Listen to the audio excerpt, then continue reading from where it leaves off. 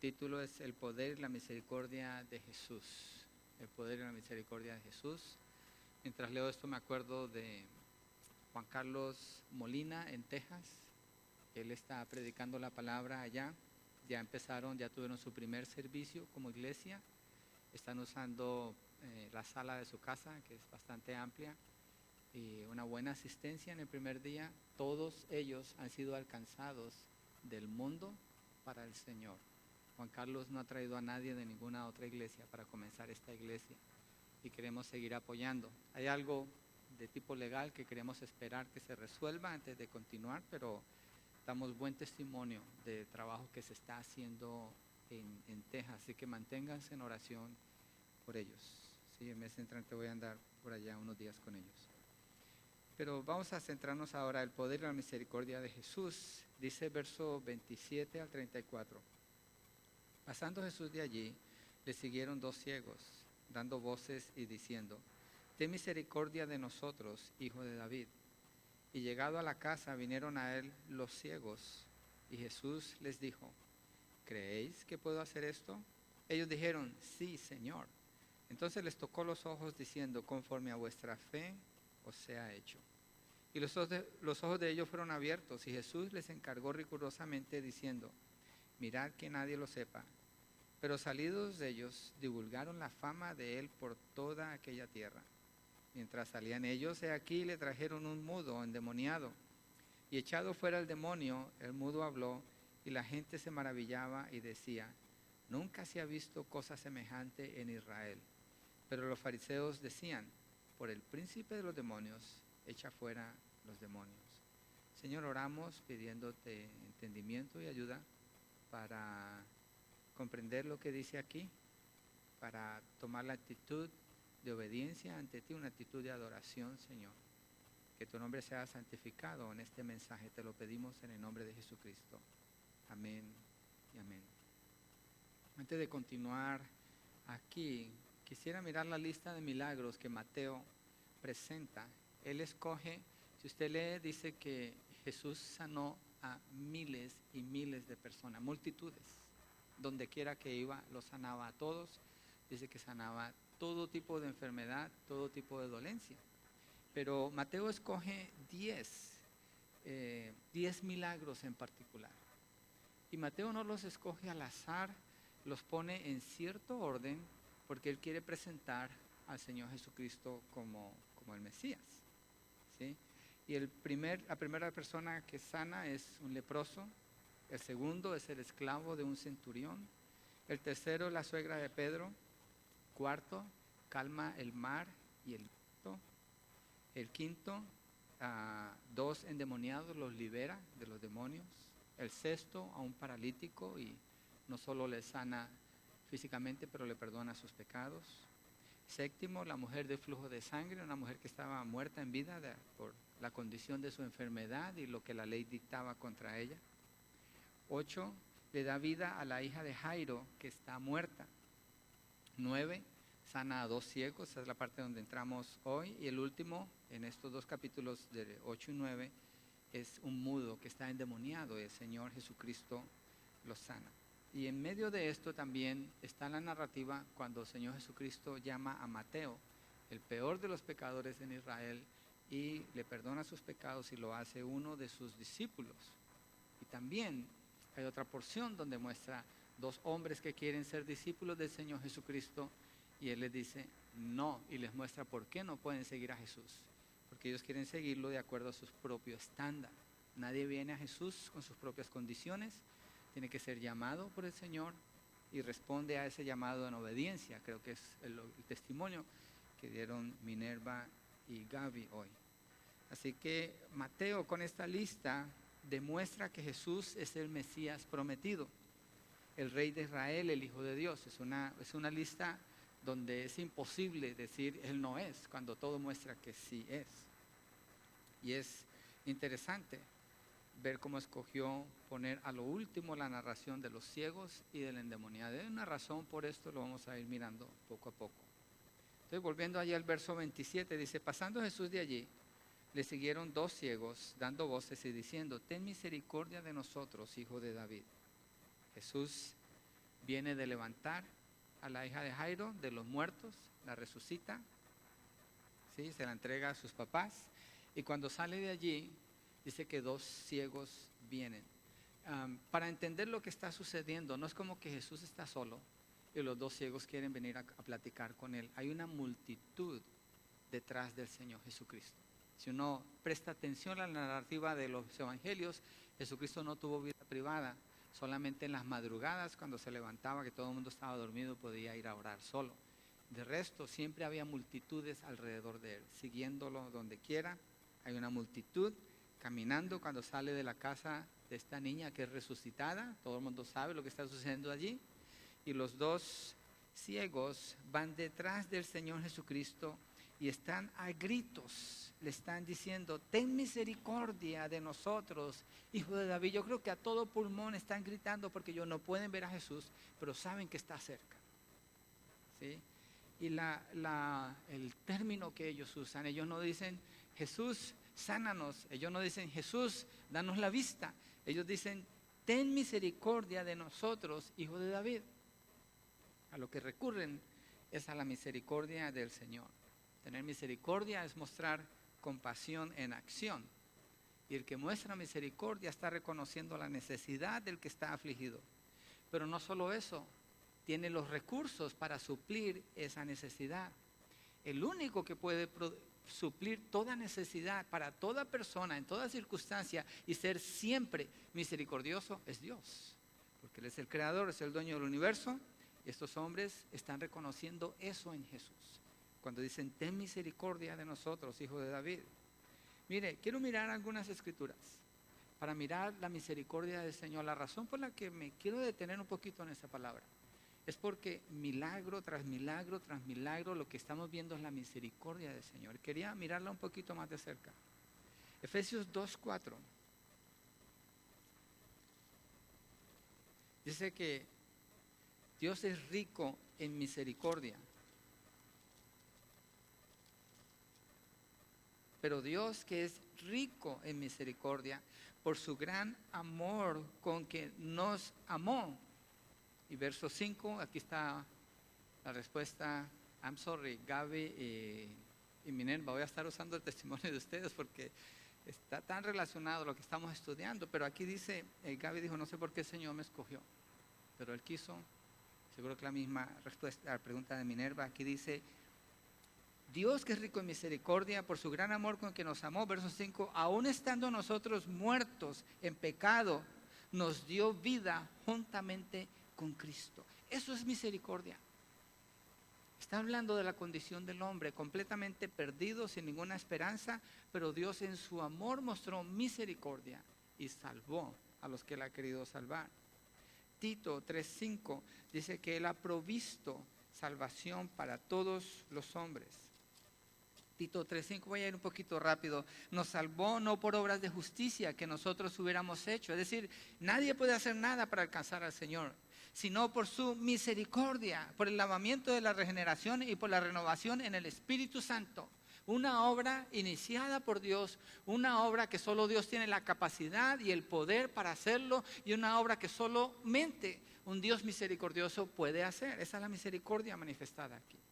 Jeremías también habla de la misericordia de Dios en Lamentaciones 3, 22 al 23.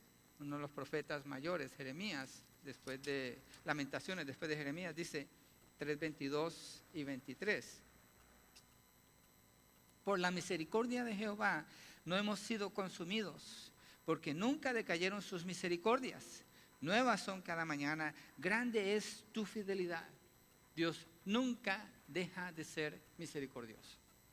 Y toda persona que ha conocido de Dios es por la misericordia de Dios, no por la fe de la persona, no por la bondad de la persona, no por la religiosidad de la persona, no porque sea buena gente o lo que haga, no importa, es la misericordia de Dios. Y los ciegos están clamando basados en la misericordia del Señor, no en su capacidad de ser oídos por el Señor, pero en la misericordia del Señor. La misericordia del Señor es inagotable. Mire, Salmo 136. Salmo 136 dice que la misericordia del Señor nunca se agota, nunca se termina. Alabad a Jehová porque Él es bueno, porque para siempre es su misericordia. Alabad al Dios de los dioses porque para siempre es su misericordia. Alabad al Señor de los señores porque para siempre es su misericordia. Al único que hace grandes maravillas porque para siempre es su misericordia. Al que hizo los cielos con entendimiento porque para siempre es su misericordia. Al que extendió la tierra sobre las aguas porque para siempre es su misericordia. Al que hizo las grandes lumbreras porque para siempre es su misericordia. El sol para señorearse en el día porque para siempre es su misericordia. Y sigue 26 versos, 26 veces diciendo porque para siempre es su misericordia. La misericordia del Señor no se agota, no se termina.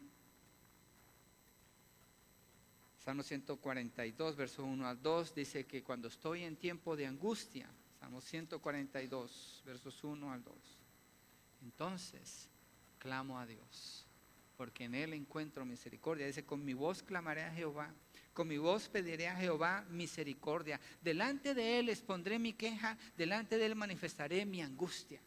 Es normal sentir angustia, es normal llevar una queja delante de Dios, es normal exponer delante del Señor una necesidad, porque en Él hay misericordia. Por eso es una contradicción en mi opinión. No que un cristiano se deprima, pero sí que un cristiano viva en depresión. Porque un cristiano que dice que es cristiano y vive en depresión es una persona que ignora la misericordia del Señor, no se humilla delante del Señor, lleva su propia carga y asume que por sí mismo lo puede solucionar en lugar de descansar en el Señor. La misericordia del Señor no se agota y está disponible para todos aquellos que claman a Él. El que clama a Él puede descansar en Él, confiar en Él. Eso dice Salmo 143, 8. El que confía en Dios espera en su misericordia. Hazme oír por la mañana tu misericordia, porque en ti he confiado. Hazme saber el camino por donde ande, porque a ti he elevado mi alma. Es lo que hicieron los ciegos. Ellos están elevando su alma al Señor. Ellos están poniendo completamente en las manos del Señor. Eso es buscar la misericordia del Señor. Buscar la misericordia del Señor no es buscar el favor de Dios para que yo pueda seguir haciendo como quiera y no tenga consecuencias en mi vida por mis errores. No es eso. Buscar la misericordia del Señor es dejarse completamente en sus manos. Y los ciegos eso es lo que están clamando allí. Mire Salmo 144, 2. Misericordia mía y mi castillo, fortaleza mía y mi libertador, escudo mío en quien he confiado, el que sujeta a mi pueblo debajo de mí. Está hablando el rey ahí. Su sustento, su fortaleza es porque Dios tiene misericordia, lo que está afirmando allí. Mire Salmo 145, 8. Clemente y misericordioso es Jehová, lento para la ira y grande en misericordia. Dios no tiene que salvar a nadie, Dios no tiene que rescatar a nadie, Dios no está obligado con nadie, pero Él es clemente, Él es misericordioso. Y como dijo Jeremías allí en Lamentaciones, no hemos sido destruidos por causa de la misericordia del Señor, pero todos merecemos la condenación eterna. Y Hebreos 4:16 afirma algo acerca, basado en la misericordia del Señor, donde toda persona puede acercarse a Él, aunque en este caso habla del creyente. El que cree, que confía en Dios, reconoce sus pecados y reconoce que en Cristo solamente hay perdón de pecados. Y dice el verso 16, acerquémonos pues confiadamente al trono de la gracia para alcanzar misericordia y hallar gracia para el oportuno socorro. El que puede socorrer a todas las personas, el que puede salvar a todas las personas, el que puede perdonar a todas las personas es Cristo Jesús. Así que la declaración de estos dos ciegos cuando dicen ten misericordia, ellos no están diciendo, yo no creo que por la respuesta del Señor Jesús, yo no creo que ellos están usando una palabra como hoy en día todo el mundo dice, ¿te gusta el ice cream? Oh yeah, it's awesome. Una palabra arrastrada que en mi opinión yo la uso solo para el Señor, no la uso para nada más. No es así. No es así como que los ciegos usan una palabra que todo el mundo usa. Los ciegos están hablando de lo que ellos entienden de quién es el Señor Jesucristo cuando le dicen, ten misericordia de nosotros, hijo de David. Le gritan al Señor y enseñan la confianza y la fe que ellos han puesto en el Señor Jesucristo. No han visto nada de lo que Él ha hecho, pues son ciegos, pero han escuchado acerca de sus milagros y han creído que esta evidencia prueba que Jesucristo es el Mesías. Por eso usan el título. La primera vez que este título se escucha en público en el libro de Mateo, cuando ellos dicen Hijo de David. Hijo de David. Ellos saben por qué están usando ese título. Y ellos saben por qué están apelando a la misericordia del Señor. Mateo se refiere a Jesucristo como el Hijo de David cuando comienza en el capítulo 1.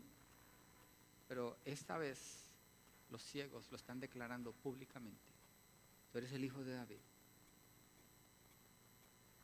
Isaías 35 del 5 al 6 nos muestra algo que estos ciegos conocían para que hicieran esta declaración. Mire, es importante decir, la fe se fundamenta exclusivamente en creer exactamente como Dios dice en su palabra. La fe no se trata de que yo declaro algo y espero que suceda. Eso es terquedad o necedad o capricho, como le quiera llamar.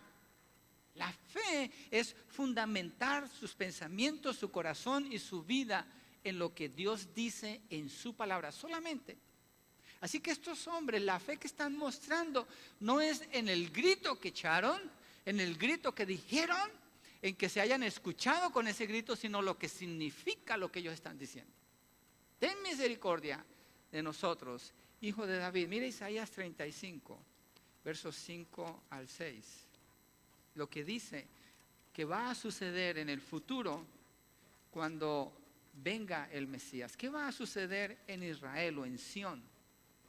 Versos 5 al 6. Dice, entonces los ojos de los ciegos serán abiertos. Estos hombres sabían eso, que el Hijo de David era el único que podía hacer esto. Los oídos de los sordos se abrirán. Entonces el cojo saltará como un ciervo y cantará la lengua del mudo, porque aguas serán cavadas en el desierto y torrentes de soledad. Es el reino del Señor Jesucristo. La Biblia habla del reinado milenial aquí en la tierra, donde Jesucristo viene, establece su reino físicamente, se sienta en el trono de David en Sión, allí en Jerusalén, y gobierna en la tierra por 1000 años.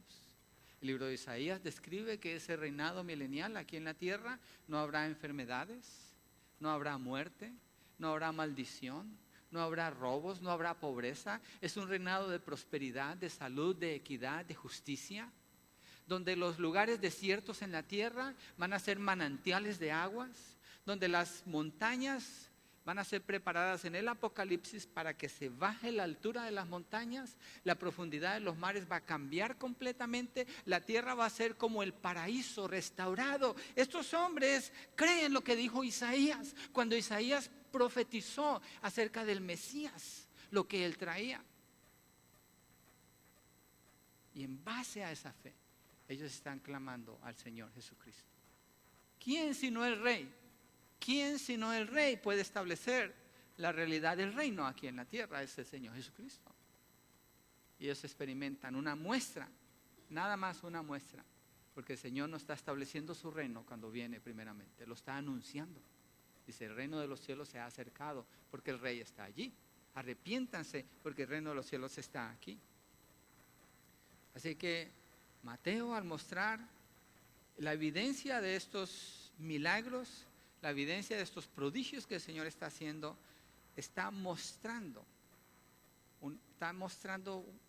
una muestra del reino venidero, donde no prospera el pecado, donde una persona que muera de 100 años de edad va a ser como un niño, y alguno que muera será considerado como uno que es maldito. Así dice, porque no va a haber eso aquí en la tierra. Es lo que el Señor promete restaurar en el futuro.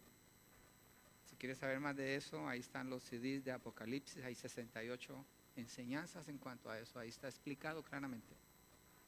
Y que estos dos ciegos están llamando a gritos a Jesús basados en lo que Dios ha prometido a través de los profetas del Antiguo Testamento. Esto es fe. Esto es fe. Ellos seguramente se dieron cuenta que no podían cumplir con la ley de Dios. La ley les mostró su pecado. Pero ellos sabían que Jesucristo cumplió toda la ley. Ellos sabían que Jesucristo no había pecado. Ellos sabían que Jesucristo era el Hijo de Dios por los milagros, por las maravillas, por el mensaje que Él predicaba. Y en base a eso vienen a Él, fundamentados en lo que Dios ha declarado de Él. Regresamos ahí, Mateo 9, verso 28. Llegando a la casa, vinieron a él los ciegos y Jesús les dijo, ¿creéis que puedo hacer esto? Ellos dijeron, sí, Señor. Como que Jesús prueba la fe de ellos ahí. Le dice, ¿ustedes creen que puedo hacer esto? ¿Qué dijeron ellos? Ten misericordia. Jesús, ¿qué les dice? ¿Creen que puedo hacer esto? Ellos dicen que sí. ¿Se acuerdan cuando el Señor Jesús le llevan al paralítico? Aquí es al revés. Lo del paralítico se ve al revés que como esto, pero es el mismo propósito. El paralítico lo traen al Señor. No se puede levantar, no se puede mover. El Señor no le dice, hey, es restaurado tu cuerpo, levántate. Le dice, tus pecados te son perdonados. Primero le perdona sus pecados porque la necesidad primaria del hombre no es su sanidad física, sino el perdón de sus pecados. Y después le dice, levántate, toma tu cama, vete a tu casa. Lo sana completamente. Le da músculos, nervios, todo. Y ese hombre se para, puede caminar. Aquí le pregunta a ellos, ¿ustedes creen que puedo hacer esto? Ellos, ¿por qué han clamado?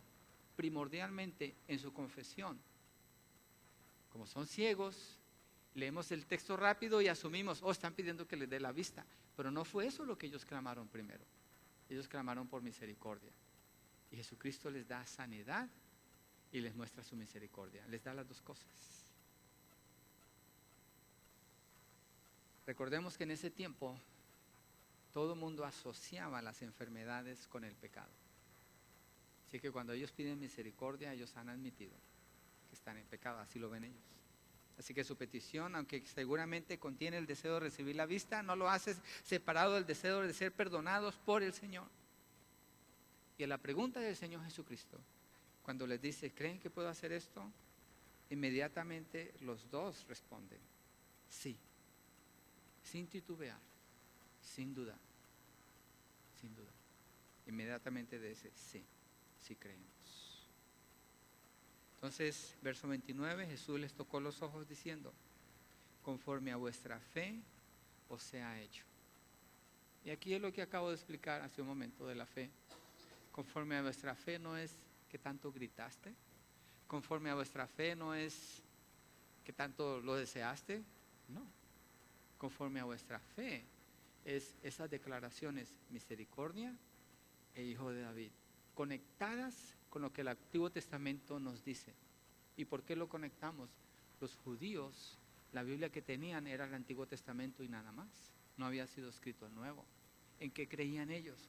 En el Antiguo Testamento, en los profetas y en la ley. Allí está revelado.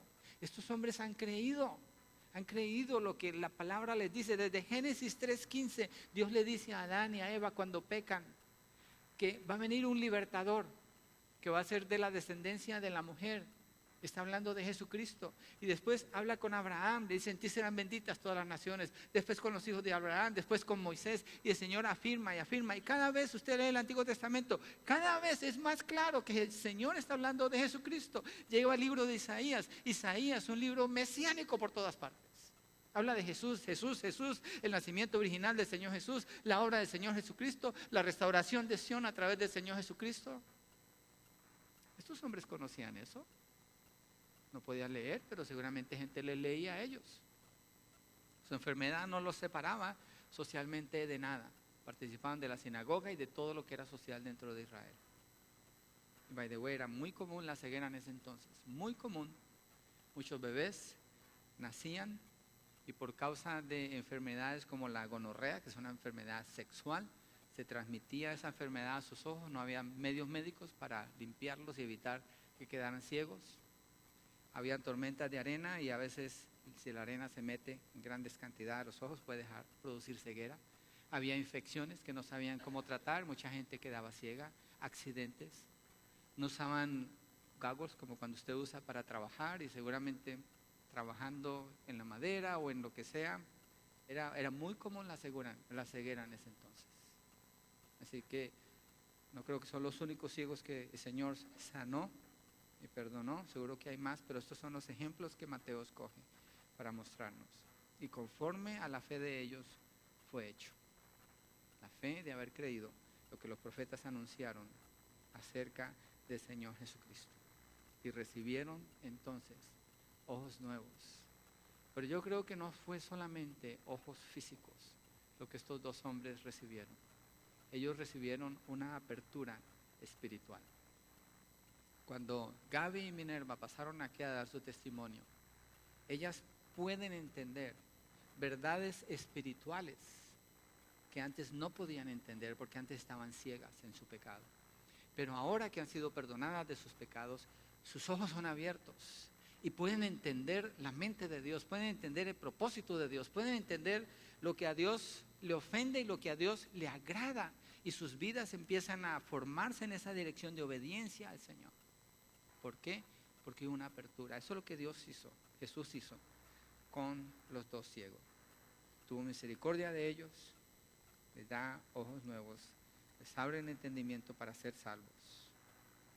Y eso lo concluimos con esta palabra. Mire, aquí estábamos en el verso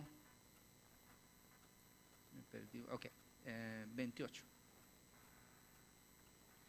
Llegado a la casa, vinieron a ver los ciegos. Jesús les dijo: ¿creéis que puedo hacer esto? Ellos dijeron: sí. Pero fíjese, ellos no dicen sí solamente, ellos dicen sí, Señor.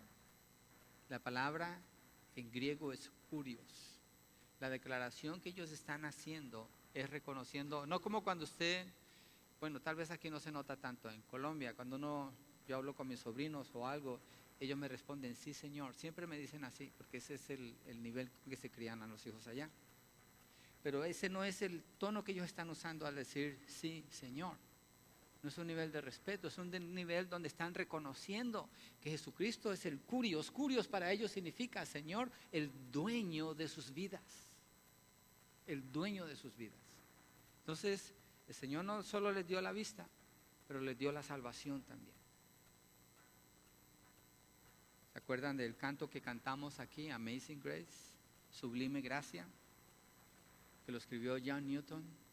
John Newton compraba esclavos, o no sé si los compraba, pero él tenía un barco donde transportaban esclavos de África para Estados Unidos. ¿Estados Unidos o estoy mezclando aquí? Bueno, a donde los llevaban. Ahorita no me voy a meter ahí, pero el punto es este. John Newton era un hombre malvado por lo que hacía, pero Dios lo salvó a él. Cuando Dios lo salvó a él, él escribió este canto y dijo: yo estaba ciego, pero no está hablando que no podía ver alrededor, estaba ciego porque no veía mi pecado, pero ahora puedo ver. Y dice: sorprendente gracia, o gracia sublime, o amazing grace. Y canta ese canto tan precioso que escribió ahí, que cantamos nosotros. Y eso es lo que está sucediendo aquí con la sanidad de estos dos ciegos. Es amazing grace, es sorprendente, es sublime, es maravilloso lo que está sucediendo con estos hombres. Y Mateo lo usa como ejemplo para nosotros mirar allí y creer en el Señor. Y dice en el verso 29 al final que Jesús les encargó rigurosamente diciendo: mirad que nadie lo sepa. Y uno diría: pero ¿por qué Jesús no quiere que ellos divulguen ese milagro?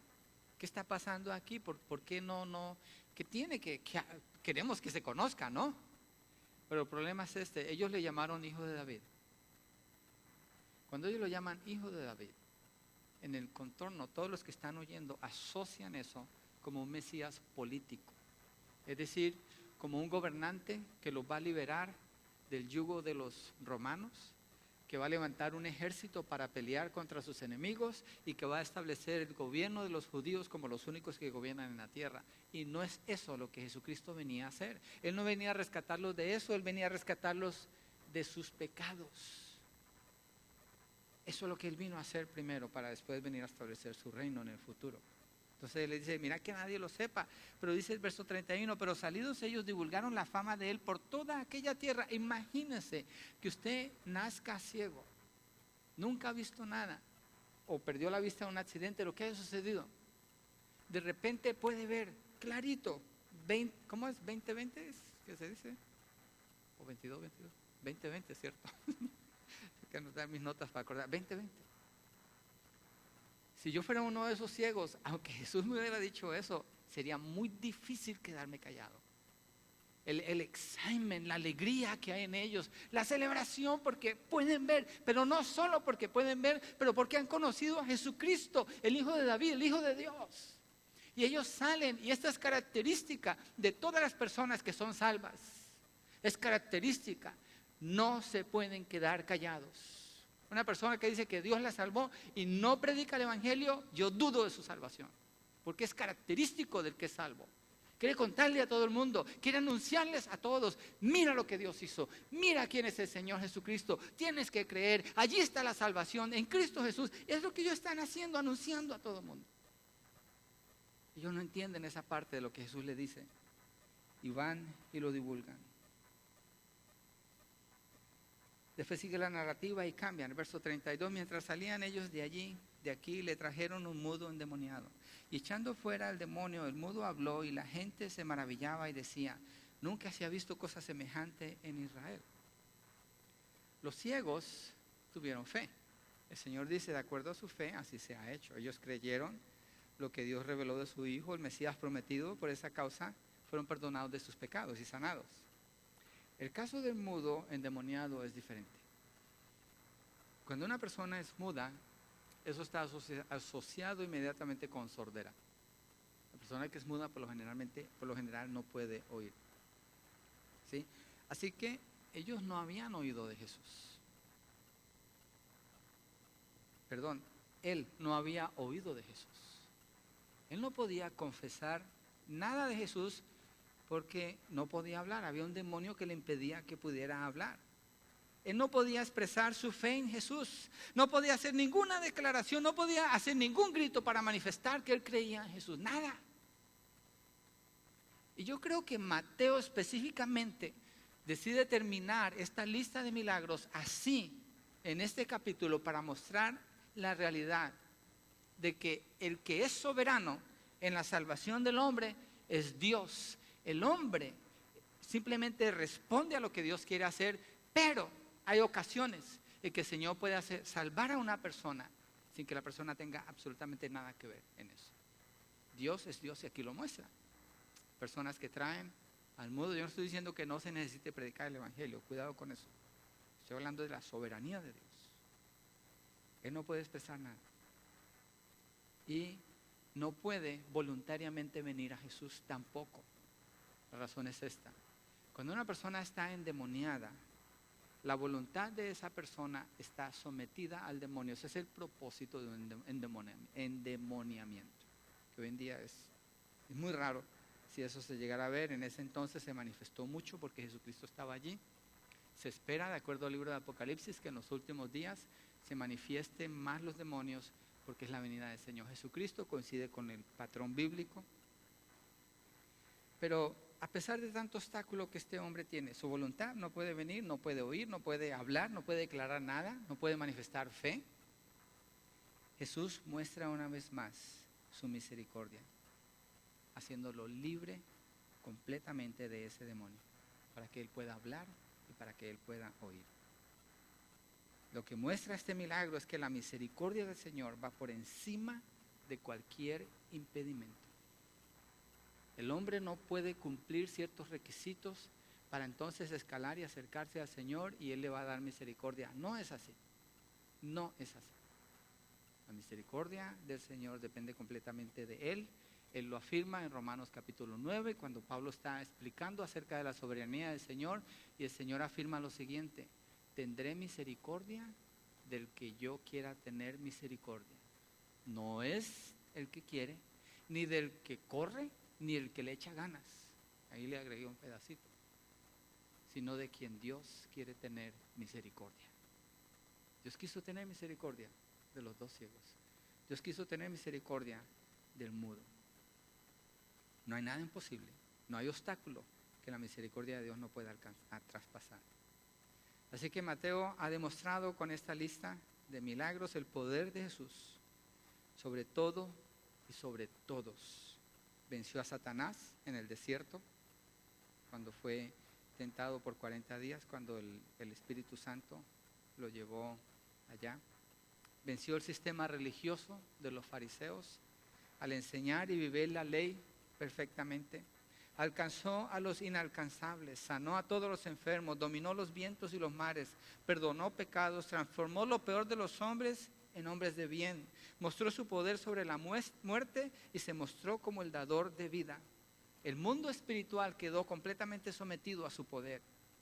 Creyeron el leproso, el centurión y su esclavo, la suegra de Pedro, los endemoniados gadarenos, el paralítico, Mateo, la mujer de flujo de sangre, Jairo y su hija y toda la familia de Jairo. Los ciegos creen y ven, el mudo habla y es testimonio para muchos de que se quedan maravillados diciendo, nunca se ha visto cosa semejante en Israel. Él no expresa fe, pero ese milagro provoca fe en los que están viendo alrededor lo que el Señor Jesucristo hizo. Pero hay un grupo que no creen, porque no quieren creer. Ellos han tomado su propia decisión de no creer, no importa lo que pase.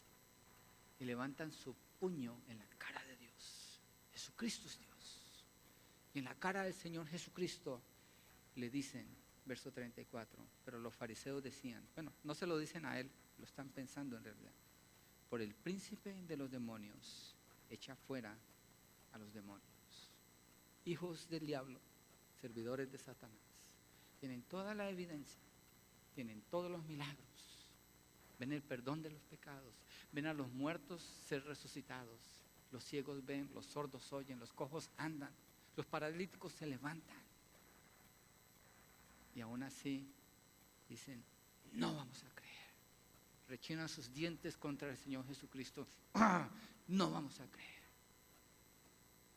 Así es el corazón del hombre. Yo creo que Mateo pone esas historias tan bellas como ver lo que pasa con los ciegos y con el mudo. Lo que pasa con la gente que está sorprendida, junto con estos hombres. Y el hombre puede tener su corazón endurecido contra Dios sin importar cuánta evidencia tenga enfrente de él. Hasta este punto, los fariseos dicen de Jesús, comentan. Después, cuando sigue la narrativa, cambia completamente la dinámica en el capítulo 12. De ahí en adelante, no dicen de Jesús, sino que acusan a Jesús en su cara. Y le ponen trampas y manipulaciones para hacerlo caer. Y Jesús nunca les vuelve a hablar en paz a ellos. A partir del capítulo 12, cuando lleguemos allá, ustedes van a ver que cambia completamente la dinámica entre Jesús y los fariseos. Y ella los llama hijos del diablo, los denuncia y declara que están condenados y sin perdón por lo que estamos leyendo aquí, cuando dice, por el príncipe de los demonios echa fuera a los demonios. No voy a explicar este tema ahora. Quiero quedarme allí porque eso lo vamos a ver cuando lleguemos al capítulo 12, que Jesucristo trata con el pecado imperdonable. Pero lo que quiero mostrar al terminar aquí es el contraste que Mateo nos deja ver. El contraste está aquí. Yo no puedo ver el corazón de nadie aquí, Dios. Tal vez, si su corazón está duro, usted no está diciendo, yo no creo en Jesús. Tal vez no necesariamente, más está mostrando una situación de ellos. Pero tal vez usted está confiando en su religión. Tal vez usted está confiando en su tradición. Tal vez usted está confiando en su propia bondad. Tal vez usted viene delante del Señor con su propia agenda. Y por eso no puede creer. Por eso no puede participar de la salvación, la misericordia que el Señor ofrece. Pero también hay gente aquí que está postrada en su corazón delante del Señor, como los dos hombres ciegos. Y están en su corazón esperando que Dios manifieste su misericordia sobre ellos, porque han entendido que no merecen el perdón, que no merecen la vida, que todo lo que merecen es condenación por sus pecados. Y están esperando en la misericordia de Dios. Y también seguramente hay gente aquí que están sordas, que no pueden declarar espiritualmente hablando. Y Dios en su misericordia va a abrir sus oídos y va a desatar su lengua y le va a permitir un día que usted pueda declarar a Jesucristo como su Señor y como su Salvador. Y que usted viva dependiendo de la misericordia del Señor en todo lo que usted hace. Vamos a orar. ¿Por qué no nos ponemos de pie? Cerramos con una oración.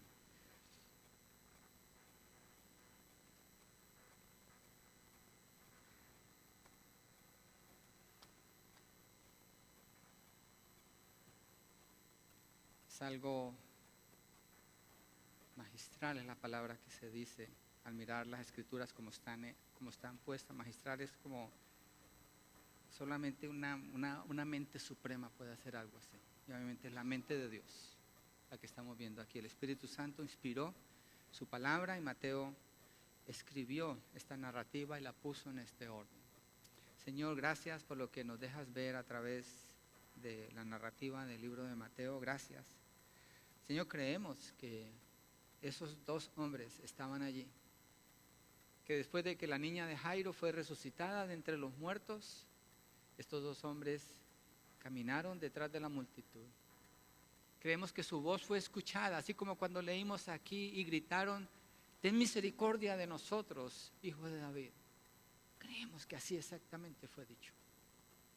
Creemos que tú los atendiste a ellos, Señor, conforme a la fe que tuvieron, de acuerdo a lo declarado por los profetas. Tú les diste vista espiritual y vista física. Creemos que el mudo no pudo declarar nada, Señor, que él estaba allí endemoniado, atado por una fuerza espiritual que tenía amarrada su voluntad, y que tú mostraste misericordia y lo liberaste y él pudo hablar. No sabemos si declaró haber creído en ti, pensamos que posiblemente sí. También creemos que había hombres ahí que estaban arraigados en su religión y decidieron: no vamos a creer. Señor, tú sabes dónde está cada uno en esta audiencia, o los que ven los videos, o los que escuchan los CDs, o en la radio. Tú sabes dónde está cada uno. Pedimos, Señor, por esa misericordia tuya que sobrepasa toda barrera, que sea manifestada y que alcance a cada corazón, Señor, para salvación y vida eterna. Te damos gracias, Señor, te pedimos a los que ya hemos confiado a seguir siempre esperando en tu misericordia, reconociendo que es por tu misericordia y por tu bondad, por tu gracia, que podemos seguir adelante sirviéndote, Señor. Bendito seas, Señor, en el nombre de tu Hijo Jesucristo. Amén y amén. Dios les bendiga. Al terminar los cantos,